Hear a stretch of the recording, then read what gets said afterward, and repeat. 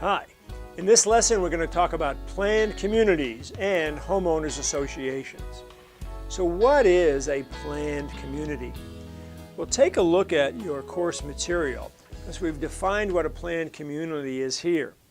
By definition, and this is a state definition, specific in statute, it's a real estate development which includes real estate owned by the association, which was created for the purpose of managing, maintaining, or improving the property, and in which the owners of separately owned parcels are mandatory members, they must be members, and are required to pay association assessments. So let's take a closer look at that. So if you live in a subdivision, and almost every new subdivision of homes that is built today is defined really as a planned community, because there's a recreational facility or maybe some other property owned by the association, the common areas.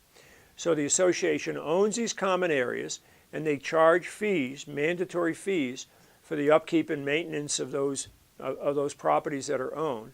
And you are required to be a member. Whether you use the facilities or not, you're required to be a member and pay dues. That's what's defined as a planned community.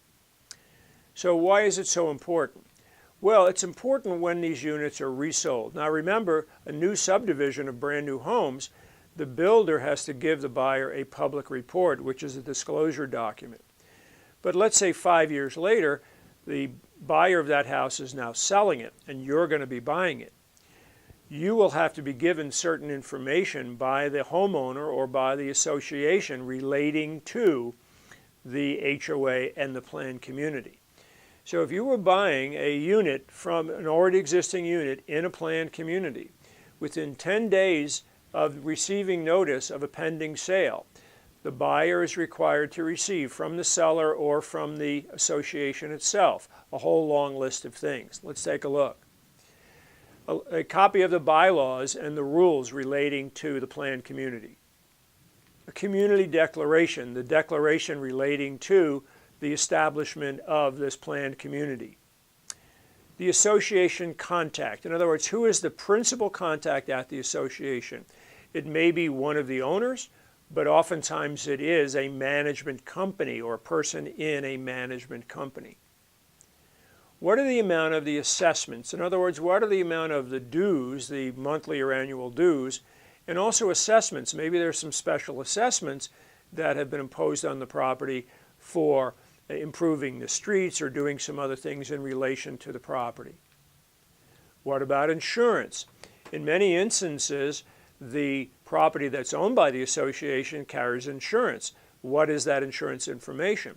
In a condominium, for example, actually the buildings are owned by the condominium association, so who's handling that insurance? So what's the information about the insurance? Next, what are the total reserves?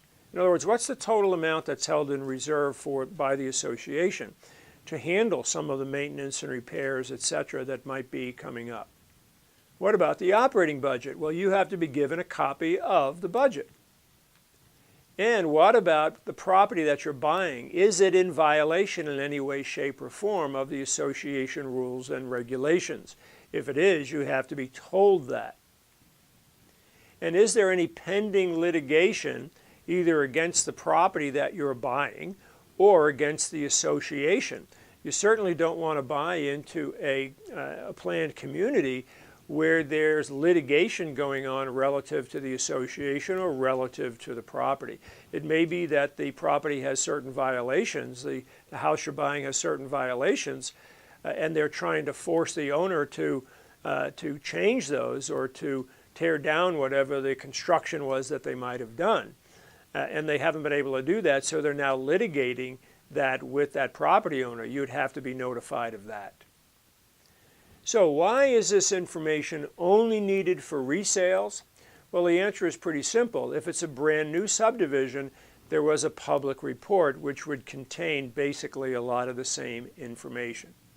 When it comes to HOAs, there's a magic number, and that magic number is 50. What's this all about? Well, basically, here's what the law says. If you have 49 or fewer units in this planned community, then it's the seller's requirement. The seller is required by law to provide this information that we've just discussed to the buyer. If it is 50 or more units, by law, the association is required to provide this information. Now, in a lot of these HOAs, even though it might only be 25 or 30 properties in there, they may actually hire an association management company to provide this information and to oversee the operation of this HOA. You know, when I think about HOAs, I don't know if you're a Seinfeld fan, but Seinfeld, you know, that TV show was on in the 80s and early 90s, but still today they're rerun all over TV. And I always think of Jerry Seinfeld's parents down in Del Boca Vista, down in Florida, and the episodes relating to the operation of the HOA. Some people, one time they referred to a lot of people on HOAs as too many gray-haired people with clipboards in their hands and too much time on their hands as well. Well, these HOAs have a vested interest in making sure that these rules and regulations are upheld. And these rules and regulations are there for the benefit of all property owners.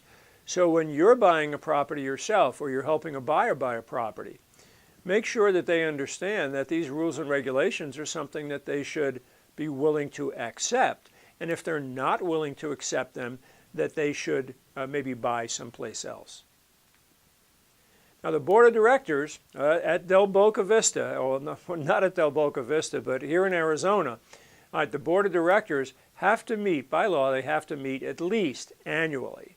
And what are known as the open meeting rules, the rules for meeting and making sure that everybody is there, no secret meetings by the board of directors. These open meeting rules that the state has apply to these board of directors meetings.